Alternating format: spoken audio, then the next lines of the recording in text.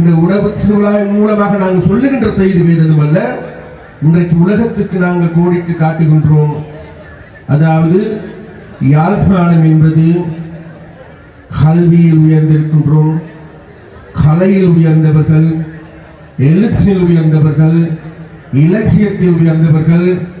அது மாத்திரமல்ல, எல்லாம் வல்ல கடவுளிலும் உயர்ந்தவர்களாக இருக்கும். கடவுளை வழிபடுவதிலும் சிவனுடைய பூமி என்று கூறுகின்ற அந்த அளவுக்கு எங்களுடைய பெருமை உயர்ந்திருக்கின்றது.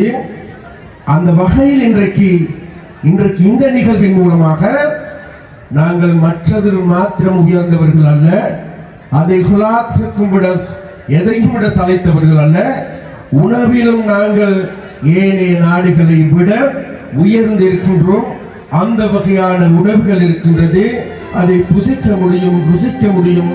அதனால் உலகத்தில் இருக்கின்ற மக்களே, விசேடமாக உல்லாச பயணிகளே, அது மாத்திரமல்ல வெளிநாடுகளில் இருக்கின்ற டயஸ்போராக்களே, எல்லோருக்கும் நாங்கள் அன்பாக அழைப்பு விடுக்கின்றோம். வாருங்கள் இலங்கை, வாருங்கள் யாழ்ப்பாணத்தை கட்டியெழுப்பதற்கு உங்களது கரங்களை தாருங்கள், உங்களது உதவிகளை தாருங்கள். முதலீட்டாளர்களே, உங்களை அன்பாக அழைக்கின்றோம். இன்றைக்கு விசேடமாக இது நாள் வரைக்கும் பல்வேறு தடைகள் இருந்தது எங்களுக்கு. இந்த சுற்றுலாத்துறையை நாங்கள் பார்க்கின்ற பொழுது சுற்றுலாத்துறைக்கு முன்னேற்றுவதில் எங்களுக்கு பல்வேறு சவால்கள் இருந்தது. அந்த சவால்களுக்கான காரணம் பல்வேறு இடர்பாடுகள் இருந்தது.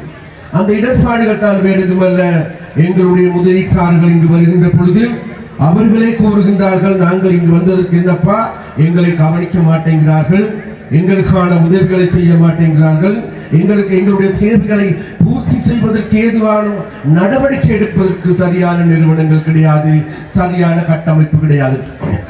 ஆனால் நாங்கள் இன்றைக்கு பெருமையாக சொல்லுகின்றோம், இல்லை, வாருங்கள், உங்களை கவனிப்பதற்கு, உங்களை பார்த்து கொள்வதற்கு, உங்களை அரவணைப்பதற்கு, உங்களுக்கான உதவிகளை செய்வதற்கு, உங்களுடைய முதலீடுகளை வரவேற்பதற்கு நாங்கள் தயார். எங்களுடைய சுற்றுலாத்துறை தயார். யாழ்ப்பாணத்தில் இருக்கின்ற வடமாகாணத்தினுடைய சுற்றுலாத்துறை தயார்.